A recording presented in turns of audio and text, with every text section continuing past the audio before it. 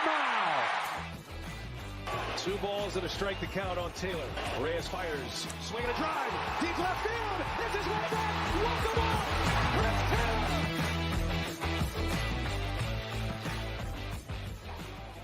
What's up, everyone? Welcome into DodgerHeads Live, presented by DodgerBlue.com, part of the Blue Wire Podcast Network. My name is Jeff Spiegel, joined tonight by Blake Williams. Blake, we're here to talk about the best team in the National League, the Los Angeles Dodgers. It's got to be tough for the people that were skeptics, the people that were haters, because these Dodgers are absolutely on fire. How you doing tonight, Blake? I'm doing good. How about you? I can't complain. I mean, I've said before, if the Dodgers win on Sunday, I'm in a much better mood on these shows. Like, they could go 6-1 if they lose on Sunday. Sometimes it feels awful. Right now, the Dodgers have won 7 of their last 8. They've won 13 of their last 15. As I said, they now own the best record in the National League. And I would say, Blake, too, even just as we look at this, of those games that they won, 6 were against the Padres, 3 were against the first place Brewers, 3 were against the defending National League champion Philadelphia Phillies, and then 3 were against the dumpster fire that is the St. Louis Cardinals. In the 5-game win streak they're currently in the midst of, they only allowed 7 runs. The offense is producing. The pitching has rounded into form. The bullpen we'll get into tonight. But when you ask how I'm doing, I mean, that's the full picture. And it's hard not to be thrilled with the way the team is performing right now. Yeah, I won't lie. It kind of shocked me about the run they went on. It's been very impressive of them. Like you said, beating the Padres all those games and just kind of running through all their opponents.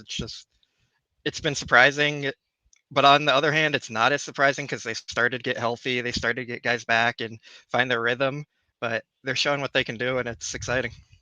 Yeah, and I mean, that's the thing is, like, I had somebody on Twitter saying, okay, well, we'll see how good they are because they're about to play this team and this team. I'm like, the Brewers are in first place. The Padres, like everybody says, the Padres are supposed to be good. They took 5 out of 6 from them. The Phillies are supposed to be good. They swept them. Like, yes, they swept the Cardinals. You're supposed to sweep the Cardinals, but I would even say sweeping a bad team is, like, impressive. I think anything more than 2 out of 3 is, like, you should always be thrilled no matter the opponent. But I guess big picture, Blake, before we get into this one, I talked about early in that winning streak or that 13 out of 15 stretch they're in the midst of, it was the offense putting up tons of runs.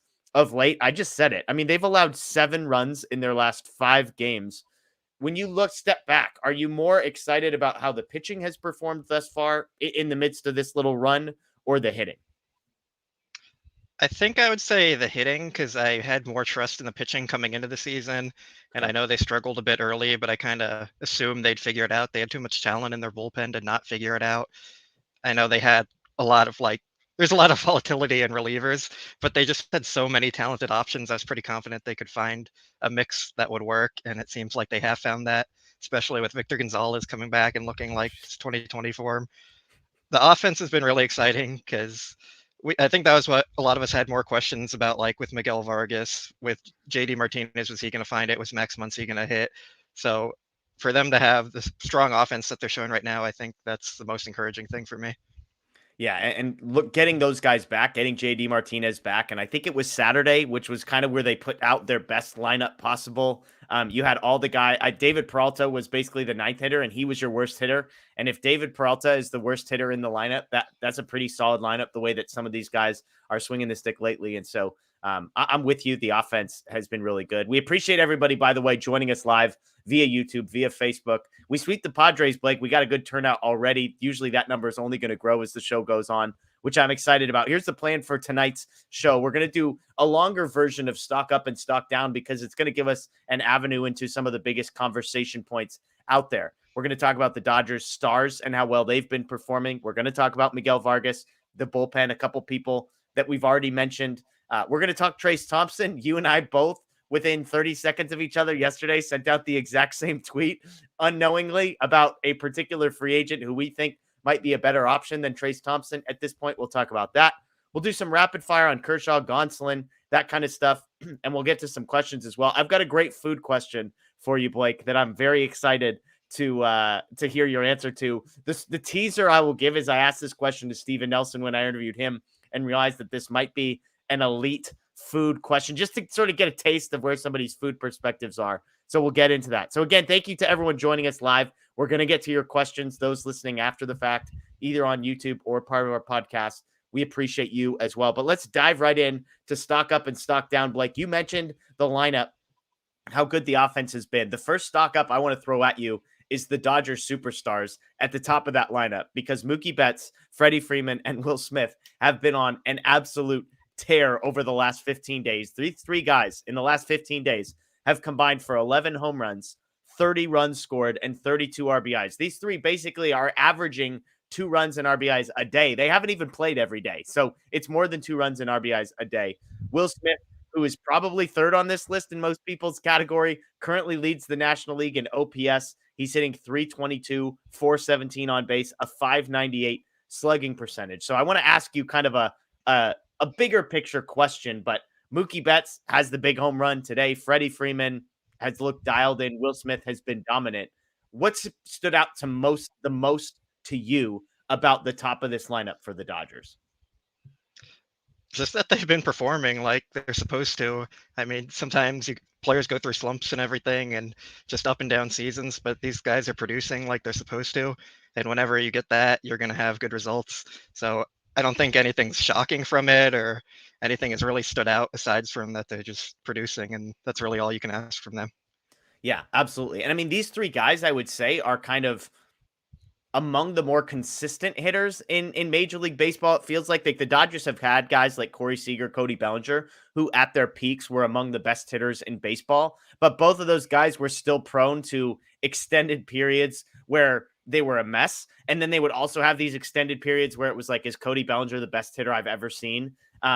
Whereas Freeman, Mookie, Will Smith, they feel like more steady guys. There isn't maybe the highest of highs like there is on some of the others, but the low, like the slumps for these guys is far less pronounced maybe. And so the question, Blake, as I was thinking about this, and I'm curious your perspective, as I was looking at this group, again, Mookie Betts, Freddie Freeman, Will Smith, as good as they have been, I'm curious, is this the best offensive 1, 2, and 3 in baseball, in your opinion? When I say 1, 2, and 3, it doesn't have to be the top of the lineup necessarily, but the top offensive trio in Major League Baseball. Where does Betts, Freeman, and Smith rank in your estimation? And by the way, you joked earlier, if you want to throw somebody else in there in place of Mookie or Freddie or Will Smith, I'll allow you to do it. Yeah, so for some context here, Jeff asked me this to prepare a few hours ago. So I started looking through all the lists, and it's a really tough question to answer. I don't think there is a definite 1, 2, 3 best. If we're looking at it just in this year, it's the Rays. They have Wander Franco, Yandy Diaz, and Randy Arozarena just outperforming every other top 3 by far. And Brandon Lau. I always forget how to pronounce that one, but I think he's like they have like 6 guys in the top 25 in OPS right now. Yeah, so like the Rays are just kind of on their own planet right now. But I think if we paraphrase this more as like, what best 3 are you starting a franchise with? I don't think I'm taking that Rays group. So then you get into more possibilities like the Phillies with Trey Turner, Harper, and Kyle Schwarber and JT Realmuto even the Padres group. I know they've been struggling, but Tatis, Soto, Machado, and Bogarts is just an insane group to have. The Cardinals, even though they're in last place, they have a great top 3. There's just so many. The Rangers with Seager, Semien, and Lau. There's just a lot of really good groups. So I think the Dodgers are definitely top 5. I'll say that. If I'm going to put them top 1, I'd probably put them like in the 2 or 3 range. But it's like a toss-up. You could go either way on any of them. Did you mention the Angels, by the way? That was one of the ones that came up during our text. Obviously, Trout and Ohtani at the top. It's harder to find a third, but Rendon's been good this year. So those 2 are probably the best 2, obviously. But finding a third in that group is maybe a little bit more challenging. Yeah, for sure. Hunter Renfroe is having a good year too, though, so you can throw him in there for the Angels. But then, but Trout and Ohtani, they're just so far ahead of everyone else. I kind of think that's like fair to have them in the number 1 spot still. You can even put the Blue Jays there with Vlad, Chapman, and Bichette. The Astros, I know people probably don't want to hear it on this stream, but Jordan, Tucker, and Altuve is a great group. Even the Cubs this year, I think they have like 5 or 6 players in the top 50 of WAR, like Cody Bellinger up there. People probably don't want to hear that one either, but Patrick Wisdom, Ian Happ, Dansby Swanson. Yeah, there's just a lot of really good groups right now, so it's hard to actually rank them, but the Dodgers are definitely up there. Yeah, and it's interesting too because it's like the cutoff point is arbitrary, right? Like we said the top three because the Dodgers right now have a clear 1, 2, and 3. If it was top two, the Angels probably run away with this. You've mentioned a couple other groups like the Phillies who go 4 deep, and their fourth is probably stronger than anybody else's fourth. I think it's just an interesting conversation, and to me, Blake, it just kind of highlights Will Smith, I think, the most. Because I think it ultimately boils down to what you think about Smith. I think everybody agrees where Mookie Betts belongs in this conversation, where Freddie Freeman belongs in this conversation. I think it's kind of a conversation about, do you buy Will Smith being not just like the best offensive catcher in baseball, but one of the best hitters, period. I said it. He's leading the National League in OPS right now. This is something he has done over the past few years. So we're not talking about a small sample size as far as him being an elite offensive player. But I guess I'll just ask it to you this way. Does Will Smith belong in the conversation with the 15 or 20 names that we just mentioned on all of these other rosters in your mind? I think so. And if people don't think that yet, I think he's going to get to that point pretty soon. He's definitely one of the elite talents. And I think he's good enough where at some point the Dodgers might have to make a decision to try and get him off catcher and find another position for him, like a lot of the elite hitting catchers do. But he is definitely up there. He's coming in clutch situations all the time. Like I know you have your nickname for him that I'm not going to mention, but he does come through in the clutch and clean up on the bases quite a bit. There we go. Yeah, the janitor. All he does is clean up. I mean, look, and the StatCast backs it up. He's in the 100th percentile right now for strikeout rate, 93rd percentile for walk rate. On top of that, 91st percentile for expected batting average. He doesn't whiff, 99th percentile. So just like look at that profile for a second, and you've got a guy who is the best in the league at not striking out.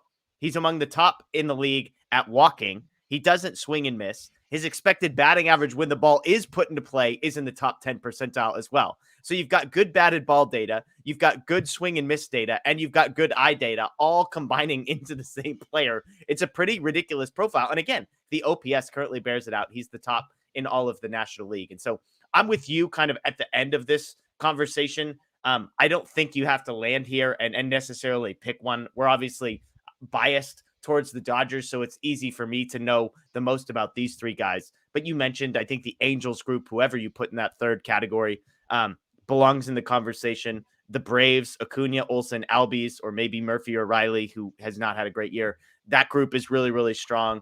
We mentioned the Rays are having the best year this year, but I think the easiest thing to say here is the Dodgers belong in that conversation. If we're talking about a top 6, I would say they're closer to 1 than they are to 6. That would be my estimation. But again, I think it boils down to, is Will Smith for real? Because if Will Smith can continue some level of what he's doing right now, we're not just talking about like he might not be third on this list, I guess is the best way to put it. Like you could make a case that Mookie Betts is the third best hitter on the list that we're currently talking about right now. I'm not going to make that case today. I'm just saying I think Will Smith has the upside to not be third on the list of Dodgers that we're currently talking about. Do you agree? Like I would say by the end of this season, I would not be shocked if going into 2024, Will Smith wasn't the third best hitter on this list. Yeah, I think you could honestly make the case that Mookie is their third best hitter right now. Yeah. But that's just a credit to Smith and how good he's been. I think you could even throw Muncy into this group if he starts to break out of his slump a little. I know he's been dealing with the illness, and I think we're going to talk about that later. But it's a really talented top 4, and you can just compare them to any other group in baseball. If they're in the top spot, that's more of an opinion. It's hard to actually say who is the best. I think if I had to say one, I would say talent-wise, it's probably still the Padres, but they haven't been performing it like it this year. So it's just whatever, however you want to interpret the question. It's, are you starting the franchise with them? Are you saying right now? It's just, there's so many different ways you could go with it, but the Dodgers are definitely up there. Yeah, the Padres group is ridiculous on paper. Unfortunately for the Padres, baseball isn't played on paper. Otherwise, they wouldn't be, 7 games back of the Dodgers right now. Let's talk about the guy going from stock up to stock down that you just mentioned. It's Max Muncy. He's the guy who would typically be 4th on this list in a normal year. And 3 weeks ago, we're talking about a top 4 because he was leading Major League Baseball in home runs. He has the lowest wins above replacement on the entire team among offensive players for the last 2 weeks. He's 5 for 44 in the last 15 days with just 1 extra base hit. You mentioned a little bit of an illness, so talk to me about what you've seen from Max Muncy in the last couple weeks. Yeah, he has not looked good. I don't think anyone's going to say he's looked good. I think he has 2 singles or something in the last week, and one of them was a blue pit that kind of fell between some defenders. And Dave Roberts was asked about it yesterday, and he said he's been scuffling, but they just want Muncy to be a presence in the lineup because pitchers are still going to be scared of him, even if he isn't swinging the right bat. And you can't just go up there and make easy pitches to him because he does have the power to hit any mistake out. But I think it just goes back to his illness, and it's something he's been dealing with.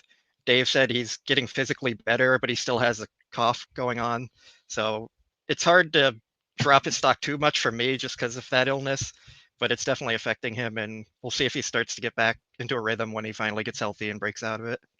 Yeah, BMR says here, Muncy has too much upside to bench. I mean, look, even if you think he's sick and even if you feel like he's not 100%, I tend, there's not a better option out there. They're not going to put him on the injured list. So do you really want to just sit him on the bench? I think you ride this out with Muncy. He's got a good eye. So even when he's not swinging the bat particularly well, he can bounce back. But it sounds like, Blake, you're not necessarily concerned. This is a guy who struggled all of last season, but it sounds like, hey, we can point to something this time as a reason for maybe the little dip that we're in the midst of. And so you're not worried about this something sort of lingering throughout the rest of the season.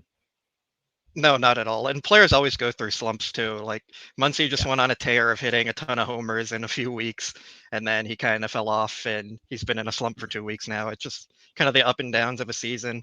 I do think there is some injury or the illness related to this, but also just the ups and downs of baseball is affecting it too. So I'm not going to be concerned until it goes on for maybe another month or so, or even like 2 weeks. But yeah, right now I wouldn't put any major stock in it. Well, here's the beauty. He's doing this over a stretch in which the Dodgers are 13-2. And so the fact that they're able to weather the storm despite Max Muncy struggling is a good one. I'm going to set the stage here, and then I'll let you have as much time as you want because this is your guy along with Scotty. Stock up here, Miguel Vargas. What's interesting about Vargas, Blake, and I'll set the stage for you here, is I think as I look into the numbers, you could paint any picture you wanted to paint about Miguel Vargas in the last 2 weeks. Here's what I mean. If you wanted to be positive, you could say, hey, going back to May 2nd, he had 4 hits in that game. He's 10 for his last 40, which doesn't sound awesome, but he's got 4 doubles, a triple, and 3 home runs over that stretch. So it's like, hey, the power is starting to come, 250 batting average. Not exactly what you want, but we're talking about 8 extra base hits in 40 at-bats. That's awesome. The OPS is great. The power is starting to come. The flip side is that game on May 2nd, he had 4 hits. Take that one out, and he's 6 for his last 35 with just a double, a triple, and 3 home runs, which is still not terrible, but it's not exactly the, oh my goodness, he has arrived top hitting prospect guy either. So give me your perspective on the last few weeks of Miguel Vargas. Are you more encouraged by the power and all that's come with it, or are you still concerned that 6 for his last 35 isn't quite where we expected it to be for a guy like Miguel? I mean, as you said, I've been hyping up Vargas for 2 years now, so I'm going to say the power is very encouraging. That was always the biggest question with his hit tool. How much power is he going to develop? Is he going to be just more of a doubles guy, or is he going to be able to hit 25 plus homers a year? So I think showing off the power is definitely encouraging. I'm not too worried about the bat. He's a rookie, and they're going to go through ups and downs at like higher rates than veteran players will do. I know he started out slow and people wanted to see more from him by this point, but I don't think anyone expected him to come in and hit 300 with 30 homers either. It's just you have to take these kind of things with rookies. Like they're going to have some great performances, they're going to have some poor ones, and there's just going to be a lot of in between that. So I'm not concerned about Miguel Vargas. I think he's going to be a really good player still. And I know we're saying stock up, but if you take out that one game, like you said, it's not been as great. Yeah, that's just baseball, and so it is what it is for him. Here's what I'd say about Miguel Vargas. He's 23 years old. He's currently got a weighted runs created plus of 105 and an OPS of 736. That's fine. Like if we ended the season and he's played, I would say solid defense at second base. Like he's not winning you a gold glove there, but I would say like on the whole, like it's been fine at second base, maybe even better than expected for a guy who's kind of learning a new position on the fly. So if this is the floor for Miguel Vargas, then I'm okay with this. Like I'm expecting it to get better, but I would be shocked if it gets worse than what we've seen, right? Like, I mean, again, I know you're on the hype train, but do you think that's a fair assessment of both his defense and a belief that what we're seeing is the floor and not the ceiling? I think his defense has been below average Okay. rather than just like average. It's his defense has always been a question mark for him as a prospect. He played third base for most of his minor league career, and then they transitioned him to second last year, and it's still like a really new position to him. So I didn't expect him to be great there. I guess he's kind of passing the eye test there, but there's also plays where he just doesn't make, and it seems like you'd want more range from him with his athleticism out of. But he's learning it, so I'll give him some more time before I judge too harshly on that. And yeah, if he has a 105 weighted runs created plus his rookie year and ends the year, they're like, I'm fine with that. I think Yeah. he's going to keep developing and get better. He has at every level of the minor leagues. And the major leagues are hard. Like you can tear up AAA and come up to the major leagues, and it's just a completely different ball game. So there's a lot of learning involved. And I think he has a lot of room to grow still. Yeah, I mean, I look at right now, he's hitting 213. He's got 4 home runs. Like, I don't think it would be crazy for that batting average to get up to like 230, 235. And if that home run total ends up like 16 to 18 range, that would be obviously better than the 105 weighted runs created plus, which we've seen. And I think that would be a really successful season. Again, for a guy who's just 23 years old, I know what James Outman is doing is like bucking the trend and maybe skewing expectations for young guys. But I think all in all, we should be pleased with Miguel Vargas. And as we've pointed out, the fact that the power has started to come is going to cover up a lot of these deficiencies if it continues. All right, next one on stock up here. And this is the one, as weird as it sounds, I'm probably most excited to talk about. It's the Dodgers bullpen.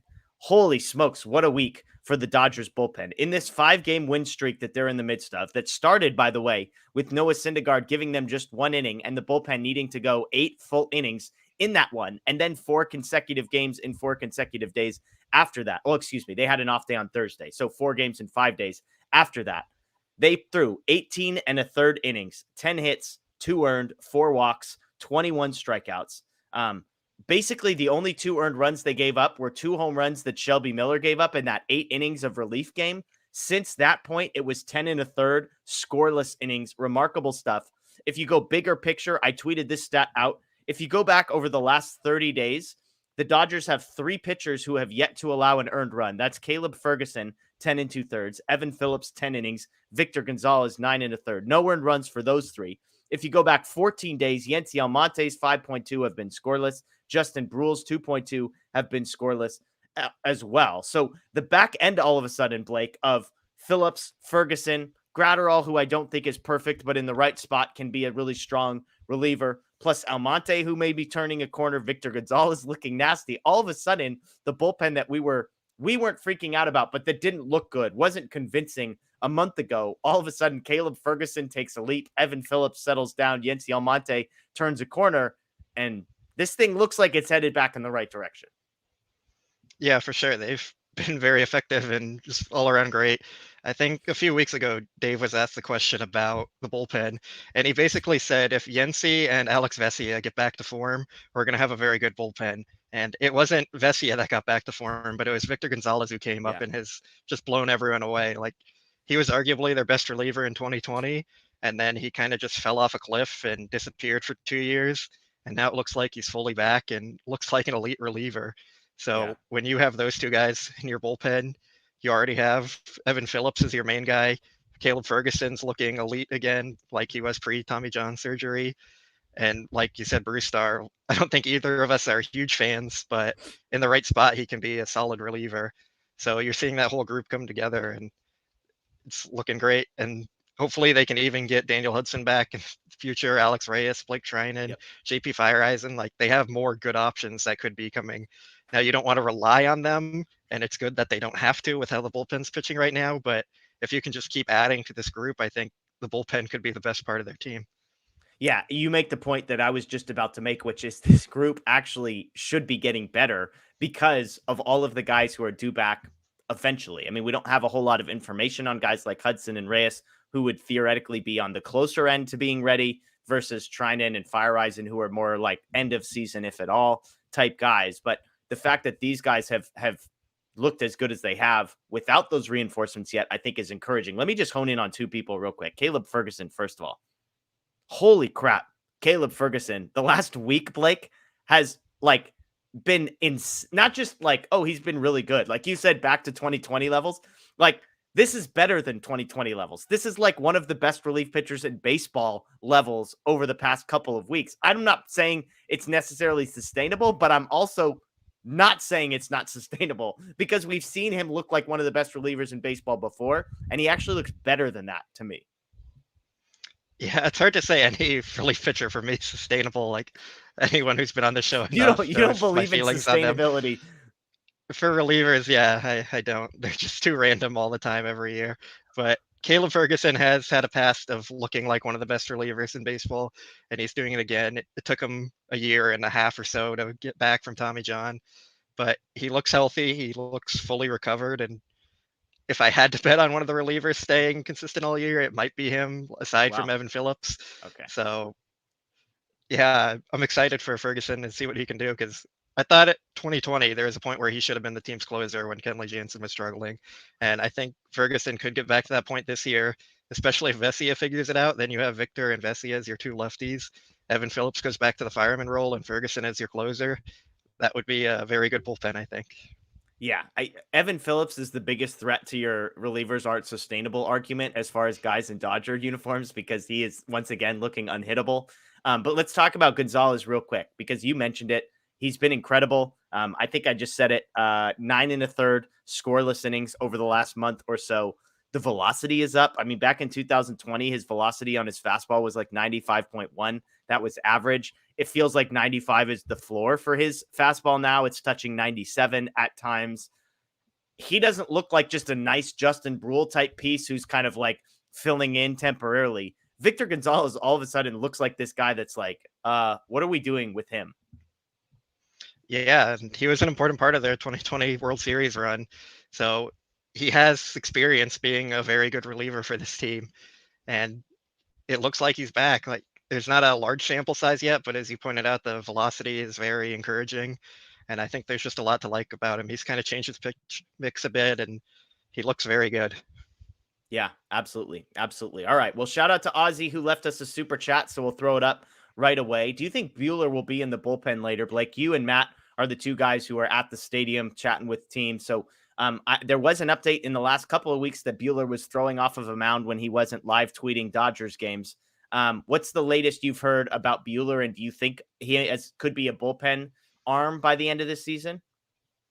I don't think there's been any other update besides he's been throwing, but I personally don't think he's going to come back. It's a second Tommy John. That's asking a lot from a player.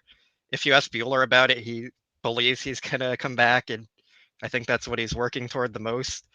But I don't think the Dodgers are going to want to rush him back. Like we've just talked about how good their bullpen has been. There's no real reason to rush him back. Yeah. You'd rather have him healthy for next year than pushing him and possibly re-hurting himself for pushing the rehab back even more than it could be. So I just don't see it. It's just asking a lot from a pitcher. Yeah, I wouldn't say it's a 0% chance, but it feels closer to 0 than it is to 50 or 100, I would say. For all of the reasons Blake just mentioned, it would be an aggressive timeline on its own. Secondly, do you want an aggressive timeline for a guy coming off that series of an injury and then putting him into a role that he's not necessarily familiar to? Not to mention, by the way, the fact that he also would kind of have to ramp himself up in a weird timeline and get into high intensity games all of a sudden. All of that worries me. That said, Walker Bueller seems like the type of guy who could attack this aggressively. And if you're telling me Walker Bueller could get even 20 pitches built up, the idea of him having him in the back of a bullpen, Blake, where maybe Reyes and Fire Eyes and some of these other guys don't pan out, Hudson doesn't come back, I could see the value. Because the Dodgers, I don't think there's, let me put it this way. They have plenty of starting pitching at the moment. Now, that could change one way or the other with the trade deadline, but I don't see him coming back as a starter. I'm intrigued at least. Blake, I would guess, timeline aside, you have to be at least a little intrigued about the possibility of Bueller coming out of the bullpen in October, right? It's intriguing, but I'm not counting on it or anything.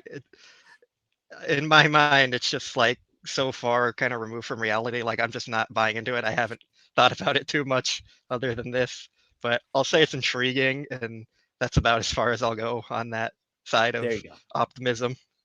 We'll take it. We'll take it. Another super chat here from Do M. Sal. Prayers to the Kershaw family. Absolutely. If you didn't hear, Clayton Kershaw's mom passed away.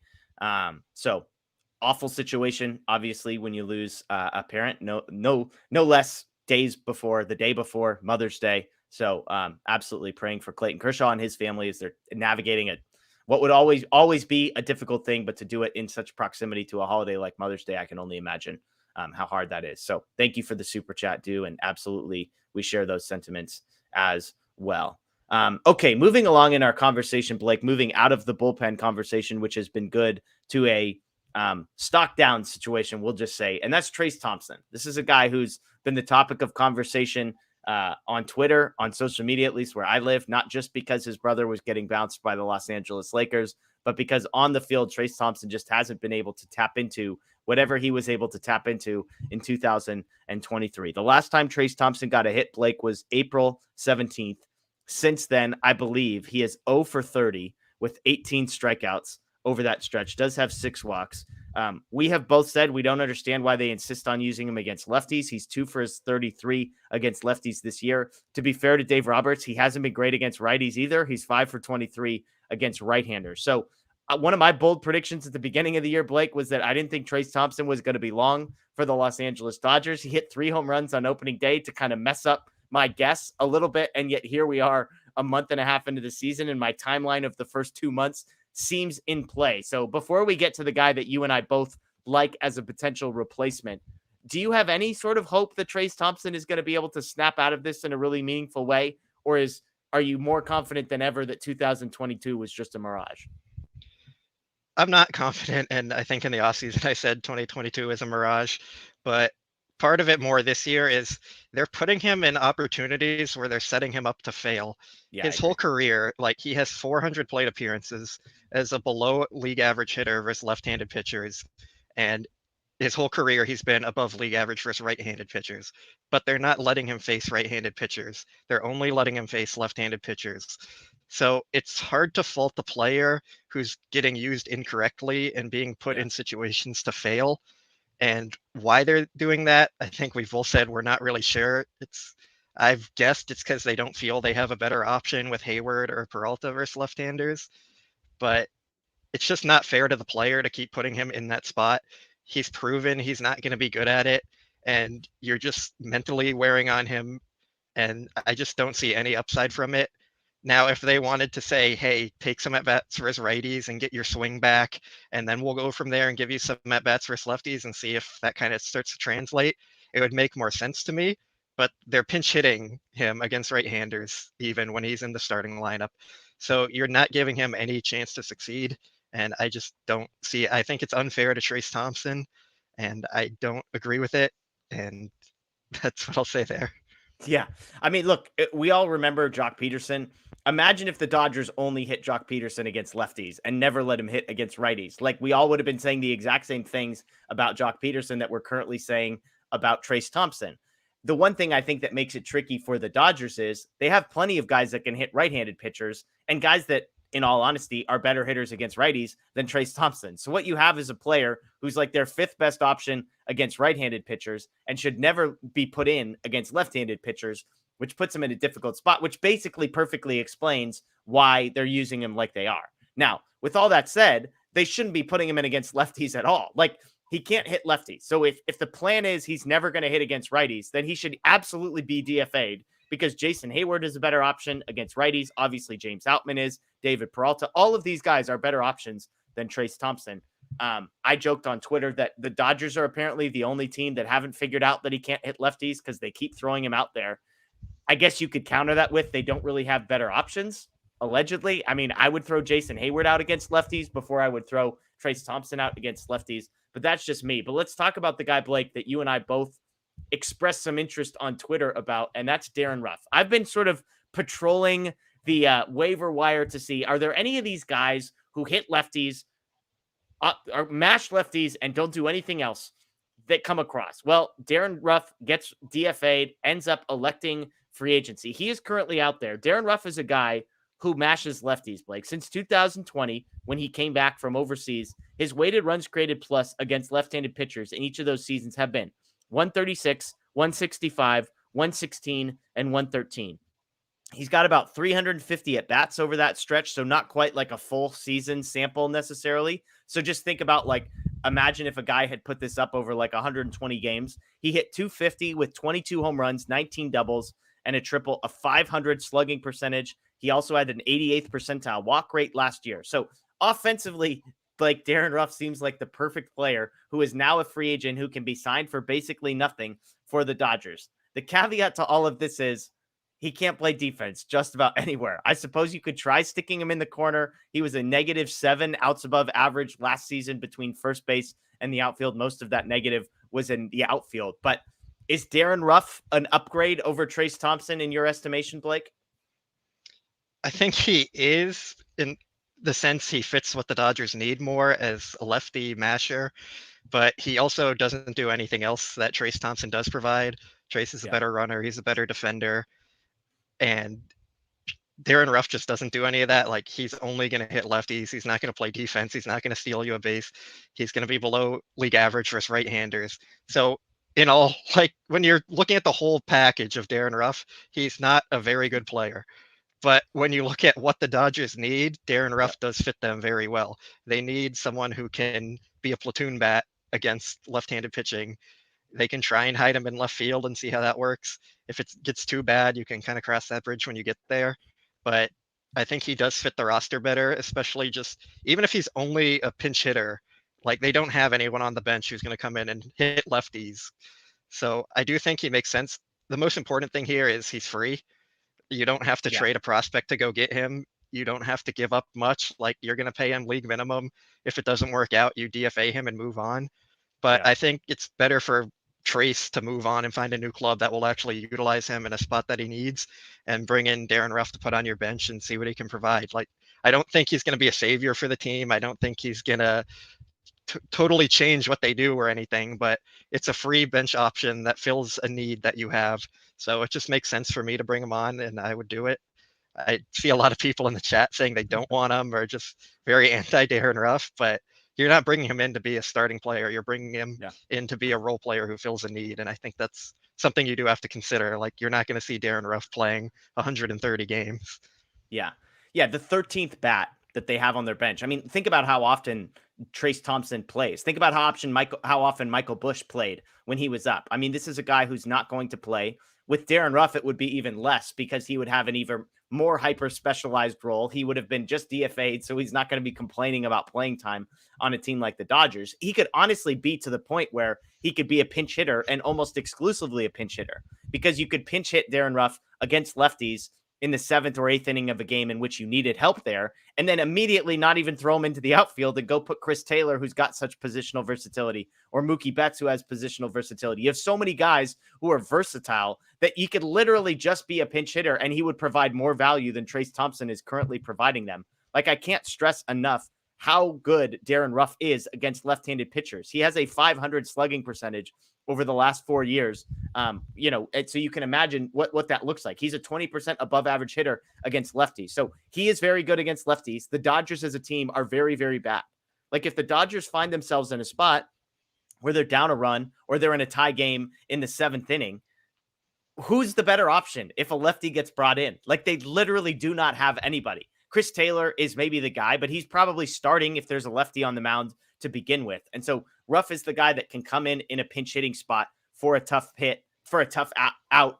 I just, look, I'm with you. Like, let me emphasize what Blake and I are saying. One is, this is the least bad option in a room full of bad options. Okay. People are talking about DeLuca and Pages. We'll get to them later in the show, because I know we got a question on Twitter about them. They just got called up to AAA today. They're not options at the major league level. They've clearly decided that Michael Busch isn't going to be that option, even though he matches lefties down in the minor leagues. And so if you're asking me, do I want Trayce Thompson or do I want Darren Ruff? I want Darren Ruff, because Darren Ruff does the one thing that he does better than Trayce Thompson, is the very one thing that the Dodgers need.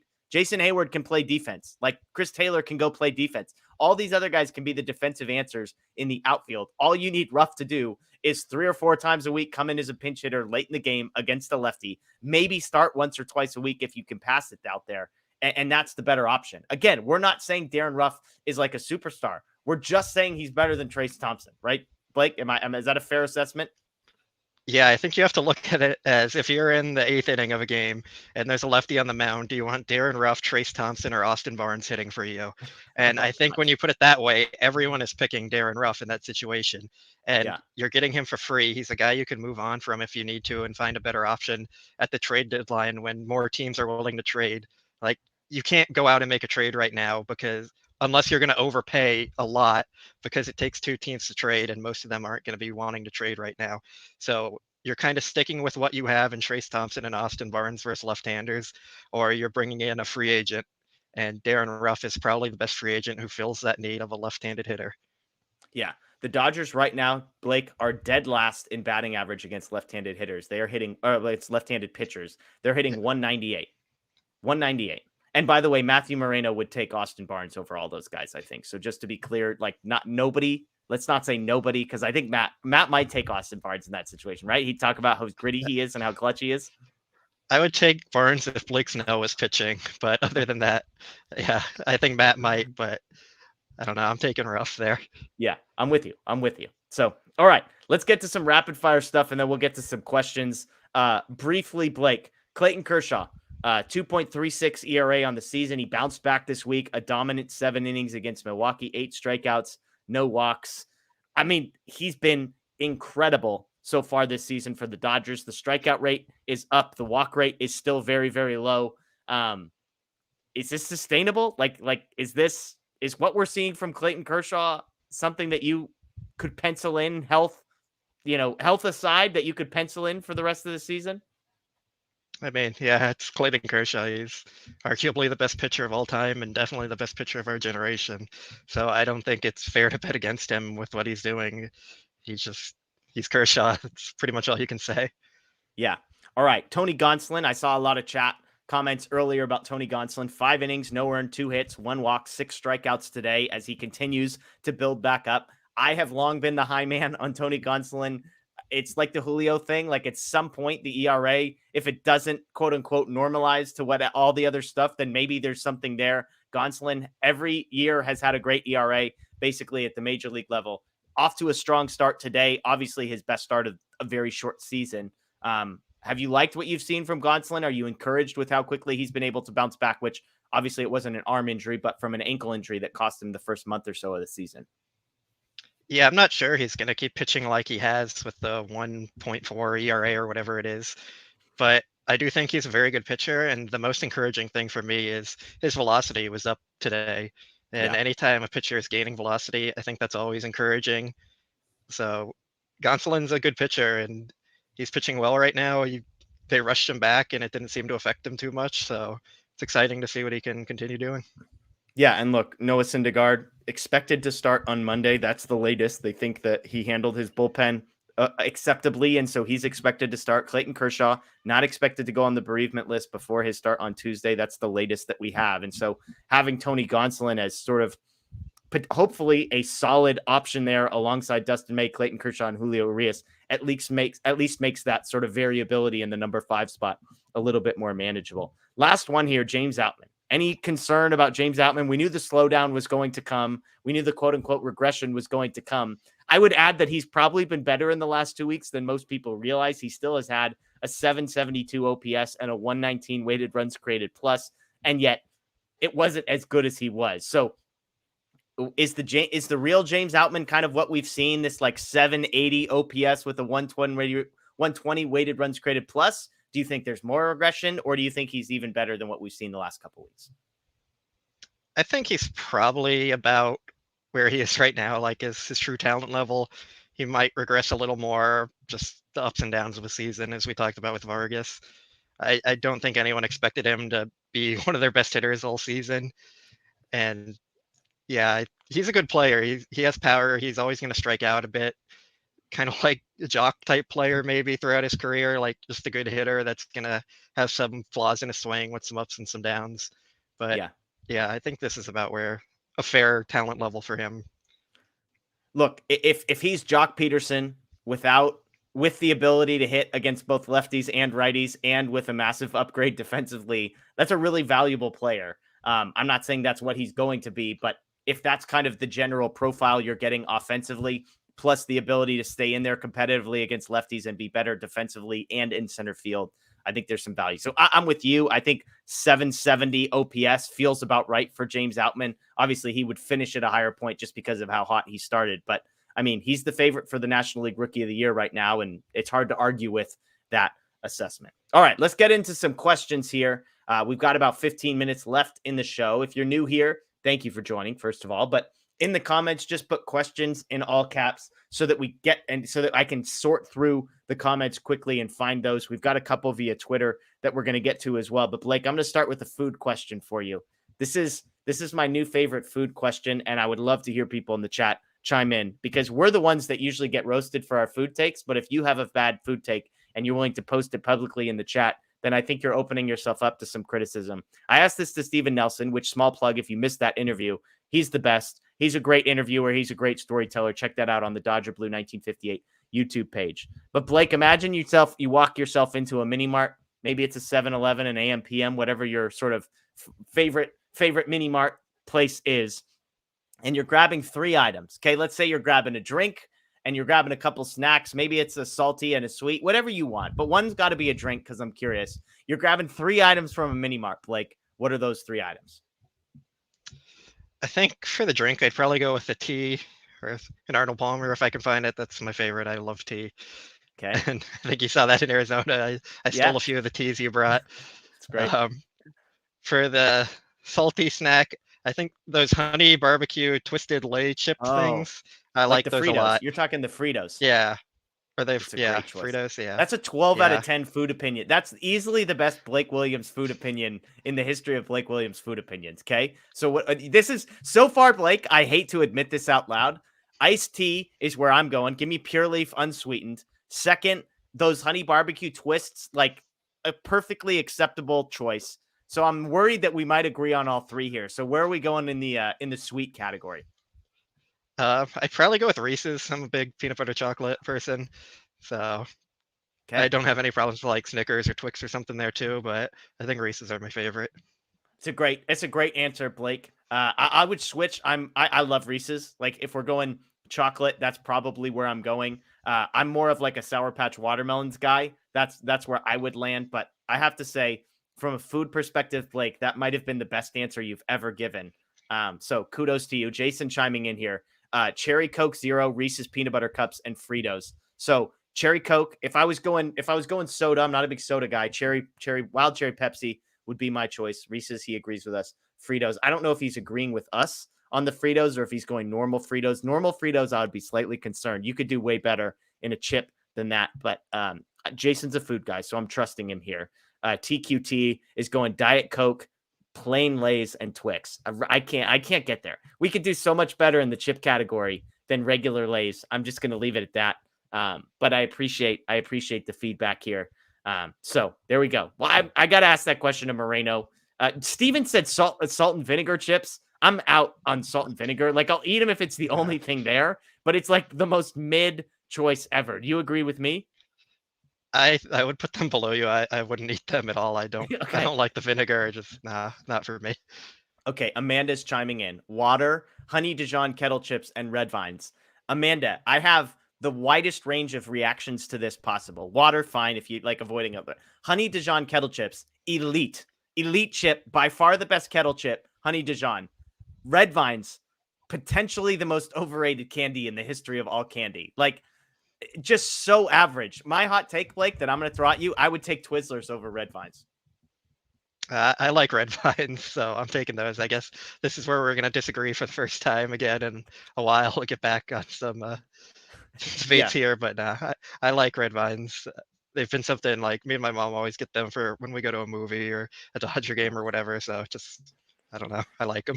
Oh, yeah. Okay. All right. Very average. But we'll move along. So there you go. Good question. Good answer. We appreciate everybody chiming in there. Let me get to a couple here on Twitter. Our friend AJ Gonzalez threw this one out there. Blake, who gets the first multi-hit game from here on out? Is it Trace Thompson or Austin Barnes? I'm taking Austin Barnes for two reasons. One, because he's more of a contact hitter, and I could see him getting like 2 blue hits or 2 weak singles. And the other reason, which I talked about already, is the Dodgers aren't putting Trace in the position to succeed. If they're letting him face righties, my answer might change here, but they're only putting him in spots to fail, so I'm not going to take that as my answer. Yeah. No, I agree. It's the easy choices, Barnes. I love that you admit that they're going to be like bloop singles. So I just love it. I'm just going to leave it right there. Last question. This is from Lewis on Twitter. He said, how many more at bats? He mentioned Johnny DeLuca, Andy Pages, two guys who are on the Dodgers 40-man roster, were called up from AA to AAA. Both had been hitting the ball incredibly well at AA. They were called up to AAA. Some people have pointed to these guys and said, hey, bring one of these guys up in place of Trace Thompson or Darren Ruff or whoever. Lewis's question was roughly like, how many at-bats would you need to see from these guys of production at AAA before you would consider calling them up to the major league level? I think my answer would be different than the Dodgers. The Dodgers are very conservative with their prospects, and they don't want to rush them or do anything that could kind of hurt their development. So I'm not going to say like they're going to see the major leagues this season. I think both of them in the Dodgers' minds are more options for next year. For me personally, I'd probably want to see like at least 150 plate appearances from each of them, okay, and probably more. But yeah, I don't think either of them are options at this point, and I don't think either of them are going to be options during the season just because of how deep the Dodgers are, and they're going to go make trades to bring in probably another bat or two at the trade deadline, and you can only call up 2 extra players in September now, so I just don't see a spot for either of them really. Yeah. So yeah. I think trying to figure out Michael Busch in left field would happen before either of these guys gets brought up. Also, because Mookie Betts is now playing more infield, Chris Taylor is starting to hit. I think you have so much more flexibility as far as your lineup goes that you could move some pieces around and try and get Michael Busch some opportunities somewhere else. So I would imagine that, as much as I like DeLuca, go Ducks. Pages feels like he's definitely like more than 6 months away, although he also is a guy that some people think is a freak, and he could mash at AAA and force their hand. We'll see. David asks, what do you think we need at the trade deadline, if anything? For me, Blake, it's really easy. It's a corner outfielder who can hit lefties. I mean, that's pretty much the end of the list.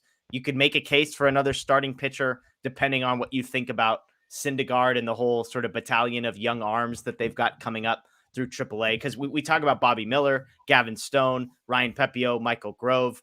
Landon Knack is a guy who's been throwing the crap out of the baseball of late. They've got a few of those, Nick Destrini. So I would say left-hand guy who can hit lefties and play either left field or right field is at the top of my list. And that's pretty much the extent of my list right now.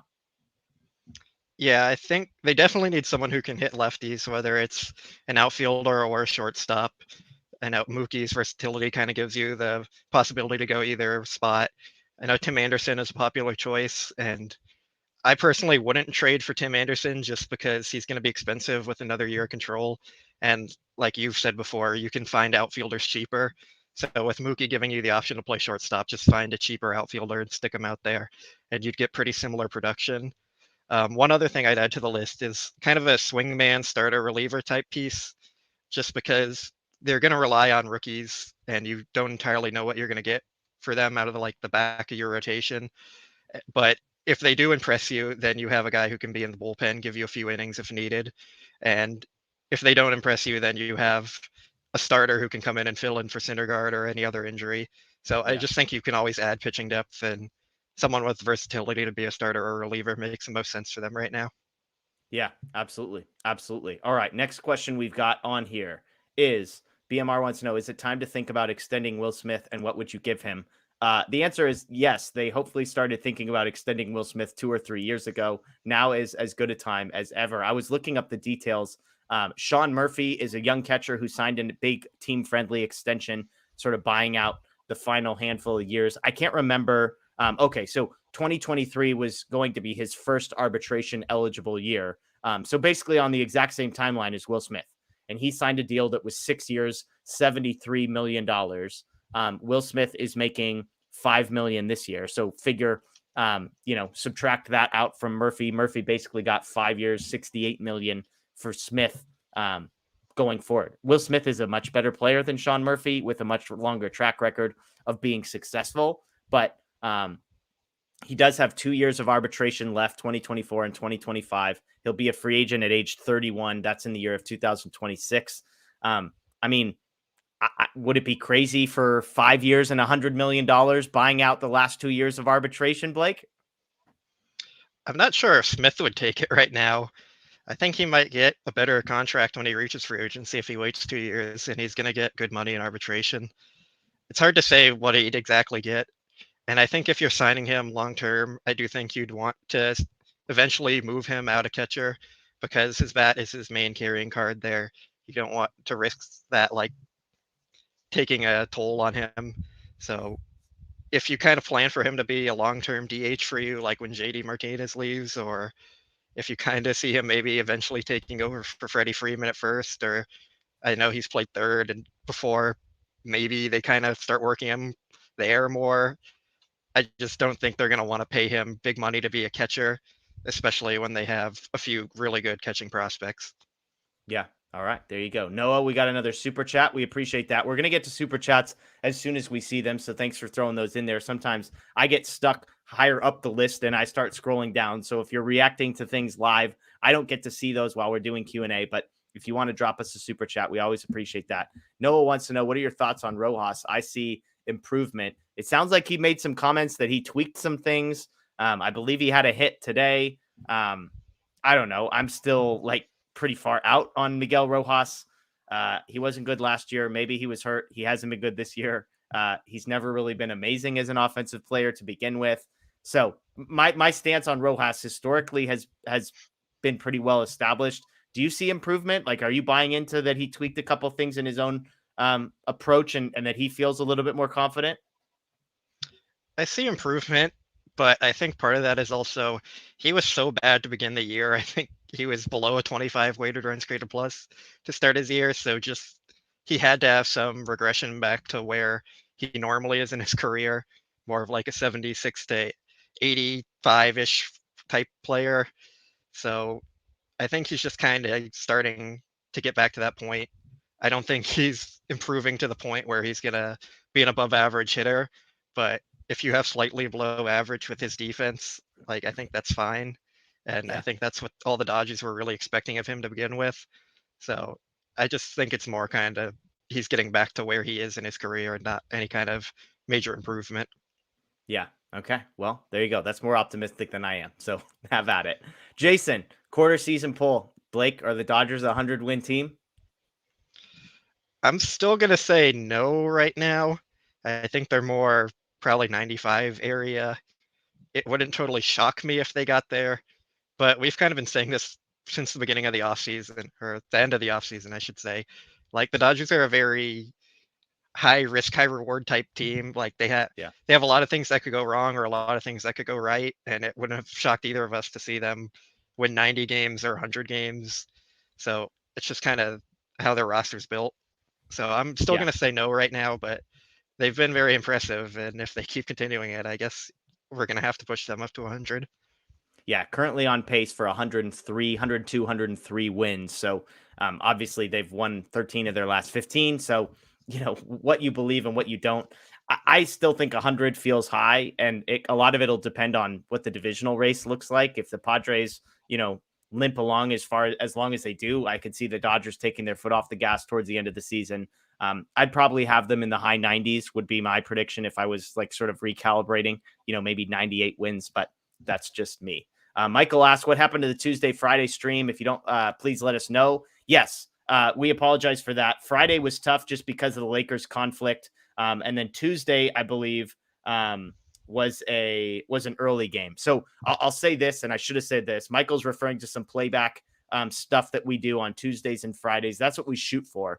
If it's not like a 6:45 or later PM game, we're not going to do a live watch along. So just a heads up on that one. I think we've got a couple more either days off or early afternoon East Coast games. So that's one thing. And then the second thing is it's just tough to tell with the Lakers stuff because we're partnered with Lakers Nation. Sometimes that pulls some people in different directions. So apologies that we missed the two this week. We will be on for this Tuesday against the Twins. I can tell you that much. But then Friday is another early game, 5:15. So live watch along this Tuesday, but not this Friday. There you go. So again, appreciate that. Sorry about the inability to get that information out. If you just shoot me a message on Twitter, I'm happy to respond, by the way, on that one. Michael wants to know, Blake, should we trade for Nick Senzel? You a Nick Senzel fan? So I was just looking up his stats because I saw that question a few times in there. I mean, he's a former top prospect. I think he was top 10 at one point, but he just hasn't put anything together. He's had a lot of injury concerns and problems throughout his career. But for his career, he's below league average hitter versus lefties. Maybe there's some more upside there. I don't know. I'd rather have Darren Ruff if like you're taking either of them for free. Darren Ruff has actually been good in his career versus lefties. I just don't think it's worth trading for him. Yeah. Okay, we'll leave it at that. Alleluia wants to know, how concerning is the defense considering Dave Roberts skipped batting practice for it? I missed this story, so fill me in on what you know about this, Blake. I haven't heard about this story either. So okay. Well, how I'm not concerned entirely are you sure. with the defense? Let's start there. I mean, I think it's kind of what we expected from them this year. Like, I don't think anyone really expected them to have a good defense. That was kind of a question for them going into it. You have Miguel Vargas playing second, Max Muncy at third. Yeah, I just think this is what their defense is at this point. I don't think it's going to improve a ton either way or get worse. It's just, yeah, they're relying on bad defenders to play positions, and that's the results you get. Yeah. Ederico wants to know, what about Brent Rooker of the A's? He has been raking. This feels like one of those you'd probably be buying at the very, very, very, very, very top of the Brent Rooker stock chart. I don't know. I'm not skeptical of him as a player. I'm skeptical that what you would have to give up to acquire him would be worth the player you would ultimately get over the long run. Well, if Scott was here, he would be pushing for this one and going off on a huge tangent about him. But yeah, I mean, he's been having a really good year and he's made some changes. So maybe it's a real thing. I don't think I would personally be paying what it's going to cost to get him just because he hasn't had a huge track record. I mean, if the A's are really true about their just wanting to tank and move to Vegas and they're just giving him away or giving him away pretty cheap, then yeah, sure, I'll go get Brent Rooker. But I would rather take a more established option if I was trading for someone. Yeah, fair enough. James wants to know, who scares you in the National League? San Diego and Philadelphia haven't caught fire. Atlanta has injuries.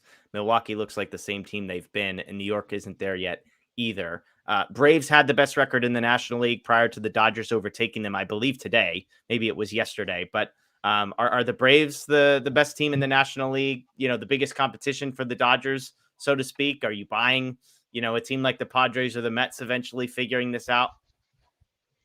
I think the Braves are still the biggest competition. I think they're probably up there with the Dodgers as the number one team.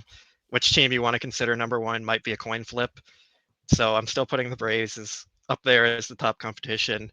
It wouldn't shock me if the Padres or Phillies start to get hot and kind of make their way up into that top group there. They're both just really talented teams. They both have flaws, but so does every team, if we're being honest. So yeah, I still think it's the Braves, but it wouldn't shock me if the Phillies or Padres are up there soon.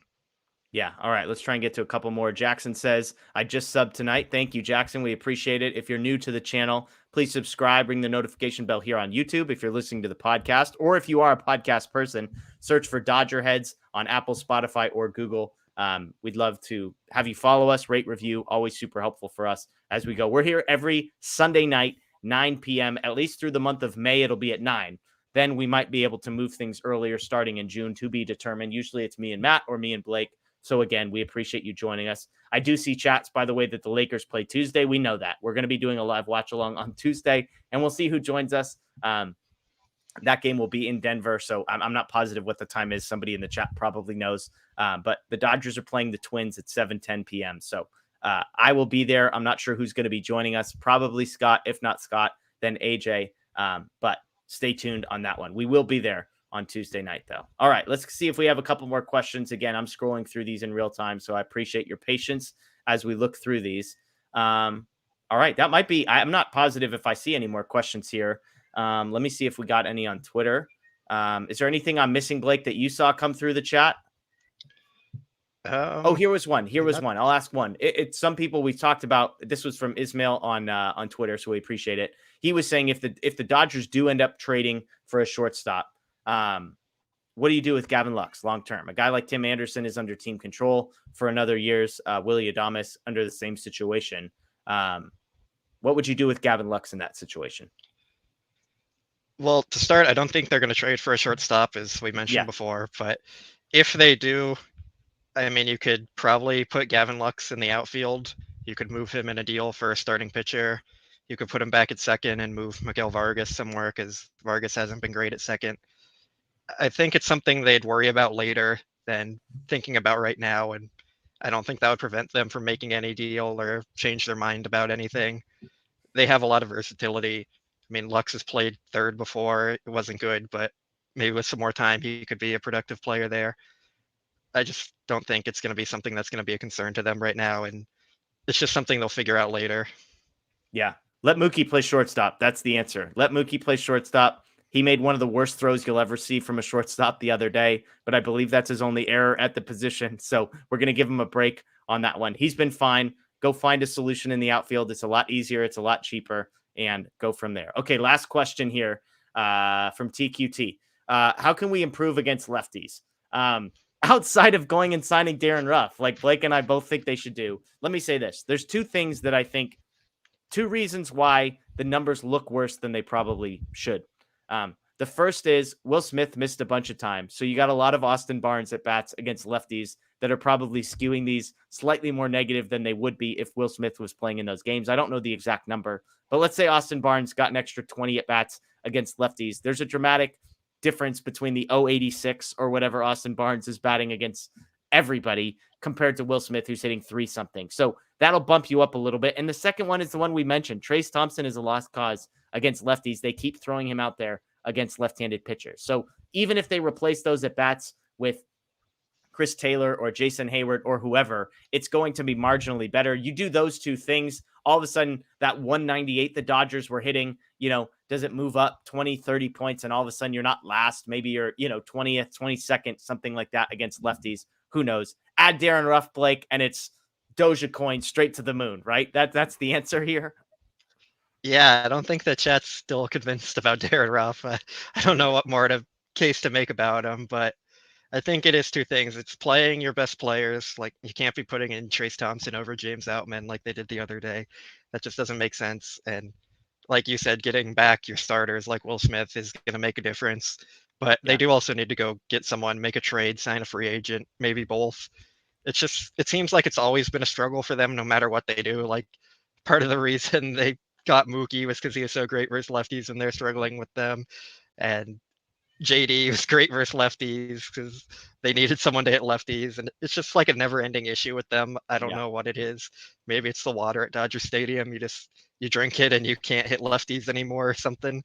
But they do need to go find someone, even a platoon bat. Like, you don't need a starter, just a bench bat to pinch hit and a guy who can platoon. And that's really all I think they need. They need Chris Taylor to keep performing versus them. Maybe Muncy pick it up a little. I think Muncy's been pretty bad versus lefties this year, and in his career, he's been better versus them. So just getting guys back to normal, playing the correct players, and making a trade or signing someone, and I think they'd be good. I don't know if the chat has ever been unified against us as much as they are against Darren Ruff. I mean, it's just like, I get he was a Giant, and I get he's been DFA'd. Again, put into context what we were saying. We don't think the guy is the answer to every single problem. We just think there's one particular problem he can help with, and it's one they just so happen to need. So thank you, everybody, for chatting, for joining. We greatly appreciate it. Again, great turnout for tonight on a Sunday night. So thanks for staying up late with us. And again, if you're watching this on YouTube after the fact or listening to the podcast, thank you as well. We hinted at it. Playback.tv/DodgerBlue1958. This Tuesday, we will be there for a watch along, 7:10 p.m. start against the Twins. Again, Clayton Kershaw currently expected to be starting that one, so should be fun. We'll be doing a live post-game show on Tuesday night. I saw somebody post the Lakers play at 5:30. So Laker game should be over around 7:30. Second inning of the Dodger game. Come and join us. Put two screens, whatever you got to do, but join us for that one. It should be a good one, a live post-game show right here on Dodger Blue 1958 YouTube page as well. That is Blake Williams. My name is Jeff Spiegel. As always, we appreciate you. Enjoy the rest of your night. Enjoy the rest of your day. And of course, go Dodgers.